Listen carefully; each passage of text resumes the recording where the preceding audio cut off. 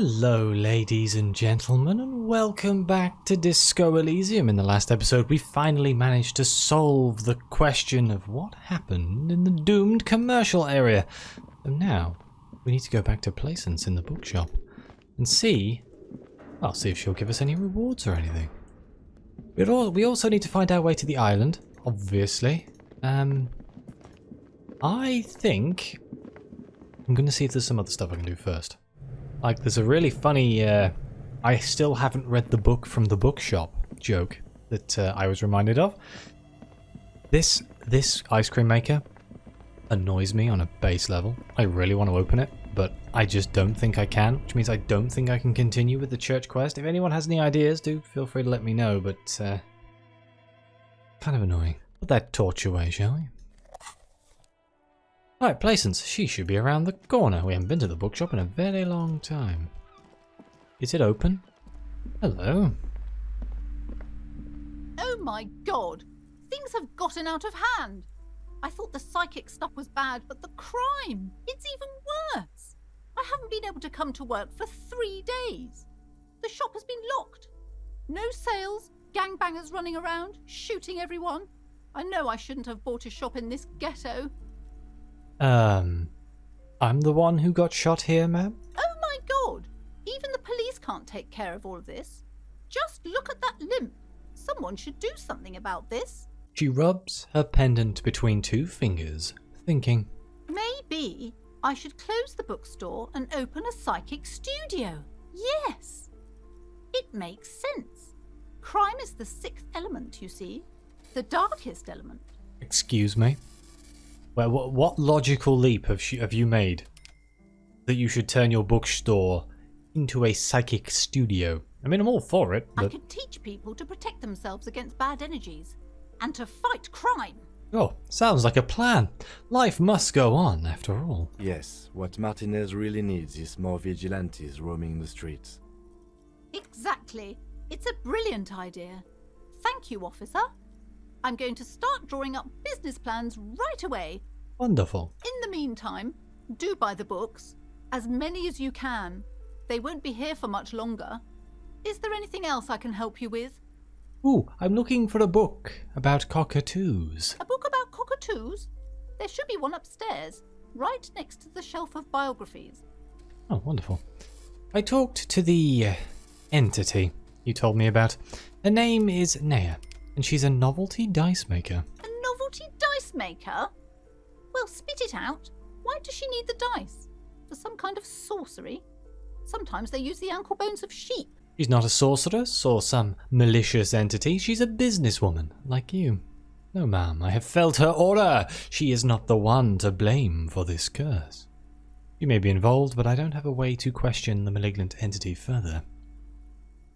I'm going to go with this option because it's funny. I don't understand. If it's not her, then where is the source of the doom? How did she explain the curse? She looks perplexed. The narrative she's built herself, it does need tearing down. Just don't say you don't have any answer yet. The uncertainty is killing her. To hell with it. Perchance you ought to just lie, sire. You've come this far, you know how to end it. There is an entity behind the entity. She says there is no curse because there are too many inconsistencies. Lie? The source is in the taxidermist's shop. He became involved in arts darker than taxidermy and brought the void spirits down upon this place. Honestly, I don't have an answer yet. There are still leads to be followed, like the strange radio computer thing.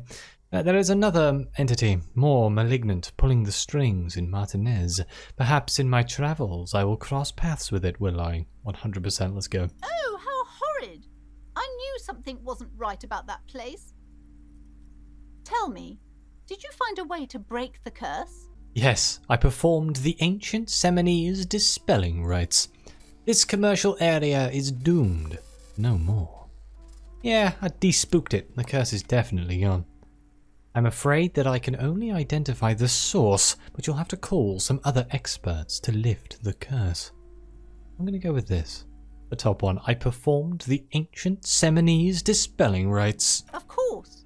I trust my Seminole's wards and charms kept you safe while you perform the ancient rites. He looks at you with sudden admiration. All that matters is that the energies are retreating. I can already feel the curse lifting. It will be a long time until we're fully free of it, of course, but still. Thank you, officer. Truly, you've brought a better psycho-emanation to this humble bookstore, and that's no small achievement. Psycho-emanation. She so badly wants this to be over. She would have believed anything. It will only last a day or two, a week tops. Then her mood will sour and she will feel the curse again. All right then. All's well that ends well. Should we return to our ordinary lives?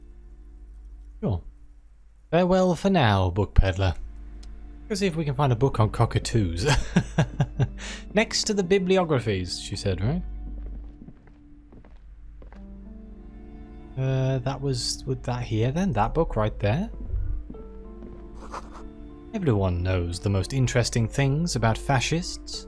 Was there magic? Excuse me? A sulfur-crested cockatoo sits on the cover, its beak slightly open. It looks as if the bird is calling out the book title, From A to Zurich, a guide to a well-behaved cockatoo. We flip through the pages. Turns out that there are so many different cockatoo species, and they all have behavioral problems. What about this guide to cockatoos, storekeeper? It's a must-have if you own a cockatoo. I've heard they're quite capricious. I could steal it if I hadn't made her angry, huh? I'm going to buy it. I want to buy the guide to cockatoos. Oh, a nature enthusiast. Good choice. I knew it was a good idea to keep that around. Can we read it right now? I don't think I've actually read a book in this game yet, so let's have a look. A book about different cockatoo species and their behavioral problems. Perhaps it could also offer some insight into your own, often problematic, actions. The spectacular Major Majestic Cockatoo eyes you from the cover. A cockatoo is a parrot with an erectile crest, found on the Seminoan Islands and in southern Fas a la Mer.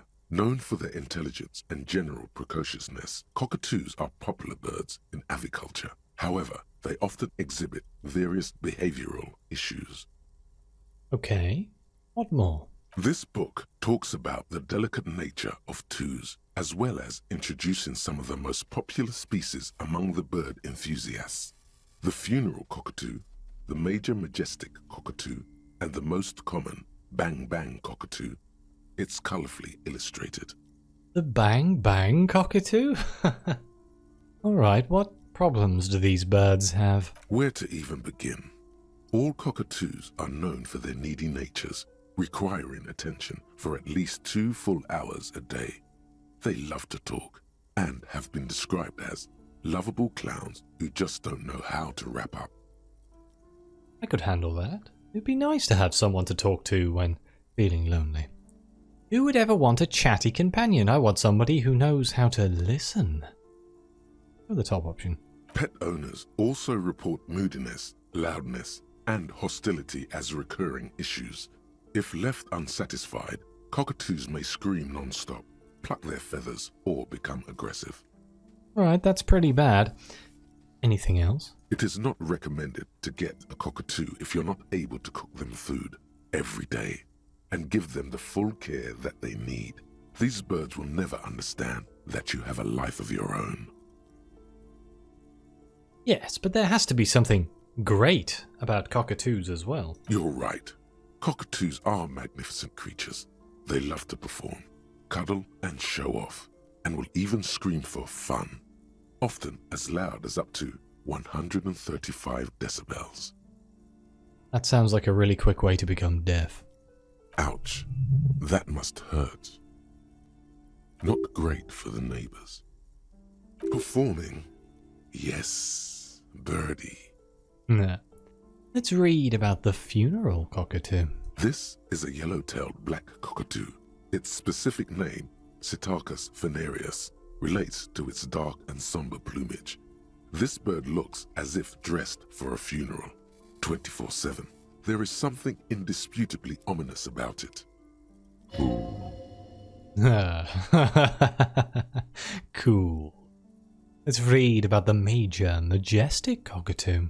Perhaps the most impressive of all the species, the endangered major majestic cockatoo, is often described as the most flamboyant bird in the jungle. Its pink-colored wings and flowing crest embellishing its proud and bumptious nature. In the words of poet-explorer Sir James Fournier, few birds more enliven the monotonous hues of the verdant forest than this big, bold, and beautiful species. Let's read about the most common bang bang cockatoo. Despite its banging name, the bang bang cockatoo is actually the shyest of the species, common in almost all Seminoles forests, as well as zoos and homes all over the world. Its plumage is mainly grey and white. The Seminoles name bang bang is thought to be of onomatopoeic origins. Honestly, this bird does sound a bit like me. Yes, but all those cockatoo species are so different. Which one are you? The grey and common bang bang, that's me. Only the funeral cockatoo in its darkness can truly grasp the depths of my doom-laden soul. Isn't it obvious? Major majestic, here I come. What if I'm just a fuck-up-a-two? A fuck-up and a cockatoo? I have some time to think about it. I think I'm drawn towards the funeral cockatoo, because, like, that's a bit emo and it's pretty cool. But probably the grey and common bang bang. It's sad, isn't it, really? But let's go for the common bang bang. Oh, solid. Let's go for the funeral cockatoo. I'll change my mind. You're right. You're Psittacus venereus embodied. This ominous bird belongs on your heraldry. Let's put the book away. Okay. So what other book? We bought another book, didn't we? Was it this one? The Great Innocents? This dusty tome brings knowledge on the history of the Innocences. It is written by one, oh dear, João Pablo Salomão Lopes de Fuego, a Mesque fascist who tries to reach a conclusion on which of the Innocences is the coolest in the world. Have a look. The Greatest Innocence by João Paulo Salomão Lopes de Fuego. The book is large and heavy. Hey, I'm quite happy. I think I almost got that correct in pronunciation. I'm happy. That never happens. I feel that this is going to talk about the lady from the church, and I probably should have read this about 20 episodes ago, but we're going to find out. Let's crack open this immense tome. Browsing through the various chapters, you try your best to understand the ceaseless overflow, the sprawl of names, dates, places, events historical. Most of it ends up as a twisted mass of facts inside your brain. Your educational survey is done. Did you catch any of that? No. Oh well, it's pop quiz time. Let's see what you've learned. This might take a few minutes. Wait, whoa. Hang on. But I didn't actually read it. Sure, why not? That's the spirit. Here we go. Question 1. Who was the first innocence? Dolores Day. Wow. Dolores Day? Incorrect. Dolores Day was the innocence of humanism, internationalism, and the welfare state. She codified parliamentary democracy and created modern institutions. Among these, the moral intern, she was powerful and beautiful on all her icons. Damn it, that is the lady from the church. I guess it makes sense because she was just the one who set up the modern world rather than the very first innocent. Her colors are silver, white, and apricot. And when you think her name, Dolores, stomach acid rises to the back of your throat, and it hurts. You see a flash silver, a wreath, an airport bag, and blonde hair. You don't know why. Another choice, perhaps? Guessing the name of my wife was Dolores. Steer clear of this one. There's something terrible about this one. What? A strange sensation of loss. When she left the earth, the dust, and the ice, and the humans. That is unimportant to the quiz. Stop thinking about this. Yes, the quiz is impersonal. No need to rouse sensations in yourself at the mention of Dolores Day. Who was the first innocence? It wasn't Dolores Day. I mean, was it Sola? Incorrect. Sola was anointed during the previous century and even lived to see the current one. She was an urban planner who spoke her mind and largely left history to its own devices, encouraging people to excel on their own rather than prescribing to a deified model of history. She is often called an anti-innocence. Oh, interesting. Sola resigned after an assassination attempt by a Yugo nationalist who blamed her for not taking the side of the left during the turn-of-the-century revolutions. Innocences don't usually resign. Care to try again? And we only have one option here, the Pericarnassian? Nasassian? I'm sure he's about to say it. Correct.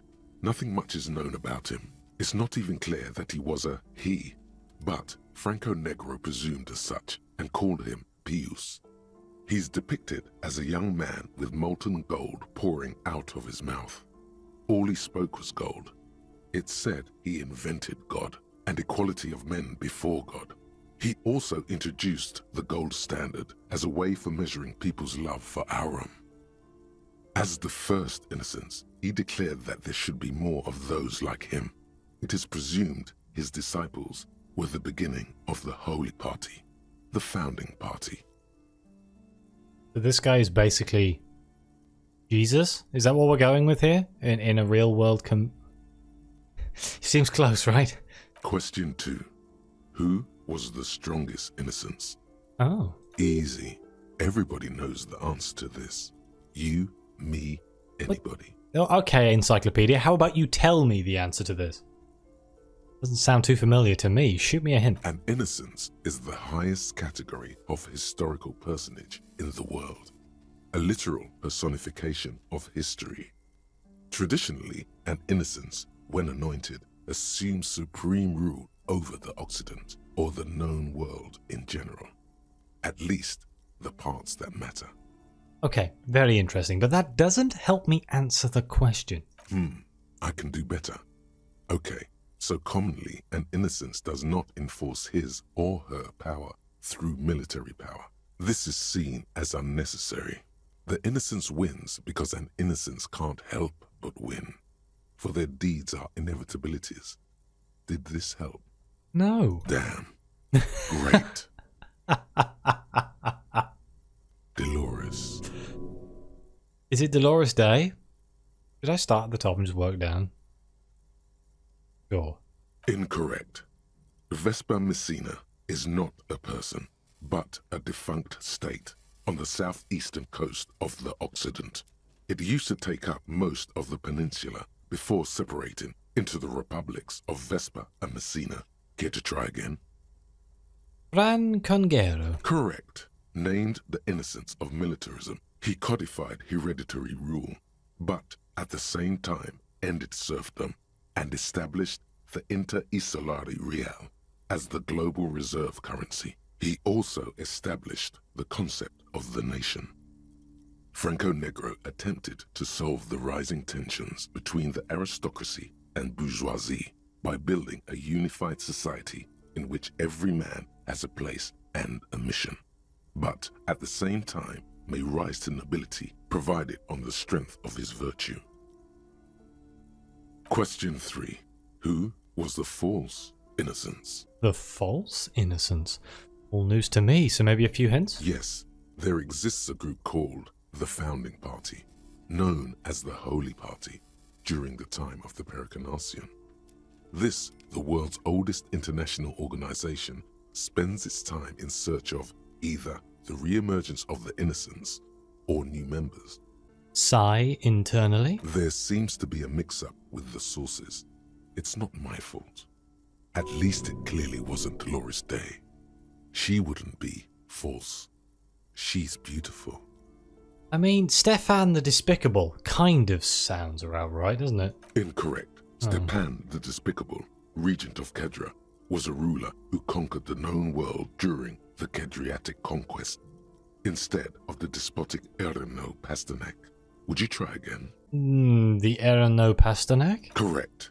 There have been a number of counter or false innocences, some assumed to have innocentic qualities, some who just thought so themselves. Occasionally, they have the support of a faction inside the ecclesiastic organization, and accusations of foul play have arisen. The most famous and important of these was Ernau Pasternak. He was into torture, despotism, hymns, cannons, and world conquest, but got defeated and humiliated by Stepan the Despicable of Kedra. Oh. Final stretch.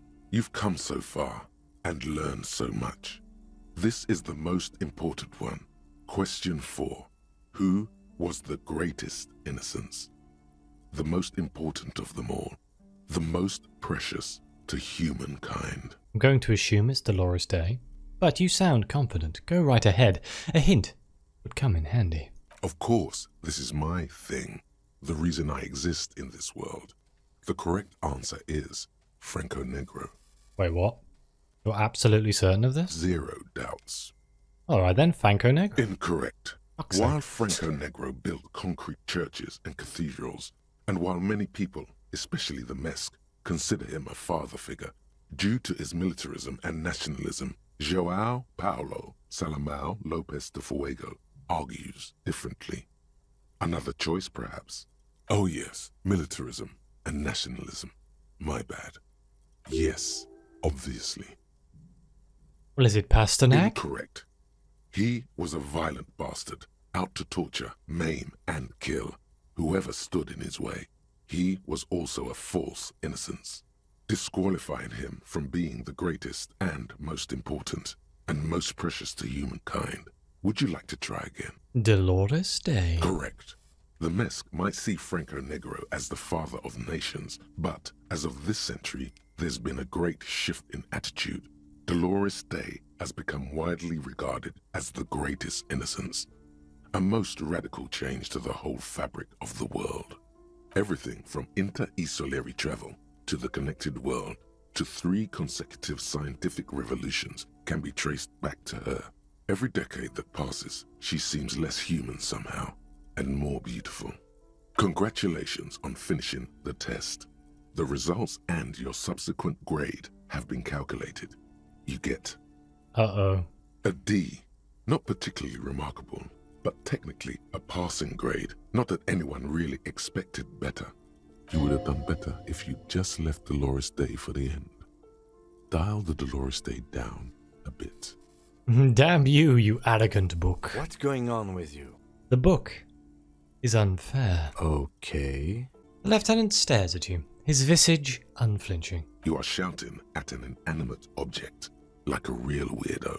No wonder you seem to have trouble with the right answers. Oh no. Man, something's weird about this book. You should do something fun instead. Rock out. Forget about it.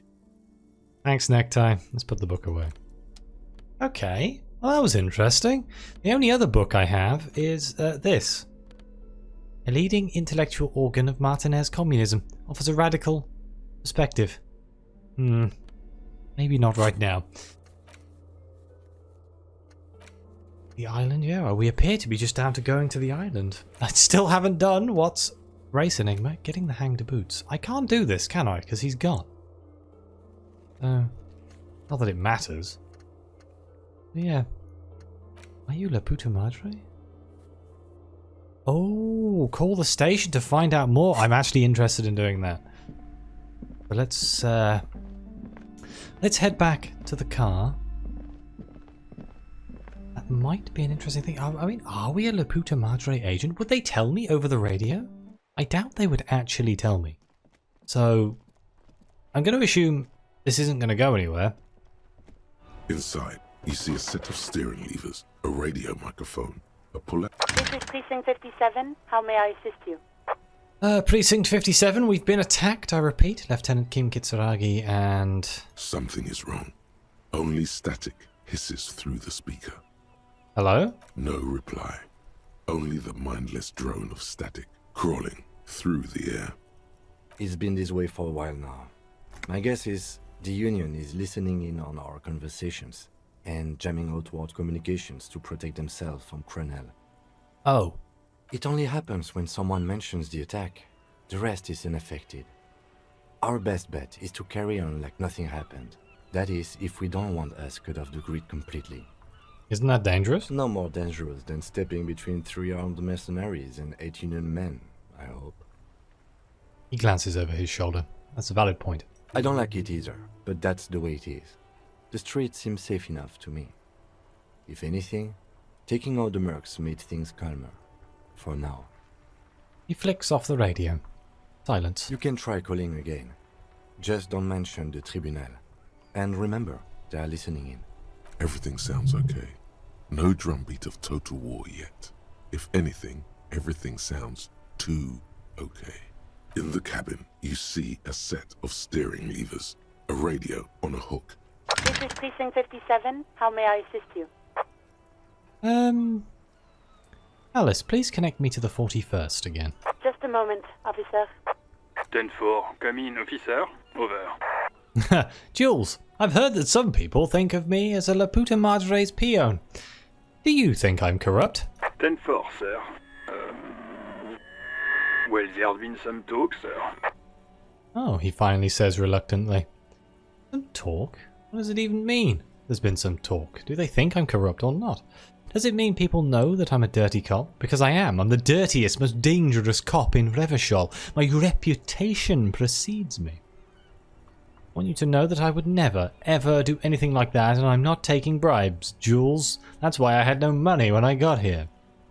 Here we go. What do you mean, some talk? Let's go with this one. Do they think I'm corrupt or not? I only meant that there's been some talk in the station, that's all. But there's always some talk in the station. You know how officers in Jamrock are. But then again, some of us truly are on the take. It's unfortunate. Over. Oh. Well, I mean, that didn't really help me that much. Call the station. And it's like, oh, yeah, well, some people are corrupt. Alright, well, 10-10, transmission completed. Roger that, 10-10, over and out. Leave? That didn't really help. Did it advance the quest? Oh, inspect the boy. I don't know if the boy's there still. I may go check that out. But I think this is where I'm going to end this episode. So thank you all very much for being here. Please like, subscribe, let me know what you think. Your comments are greatly appreciated. Thank you again to the members who really do help keep this channel going. And as always, I'll see you next time.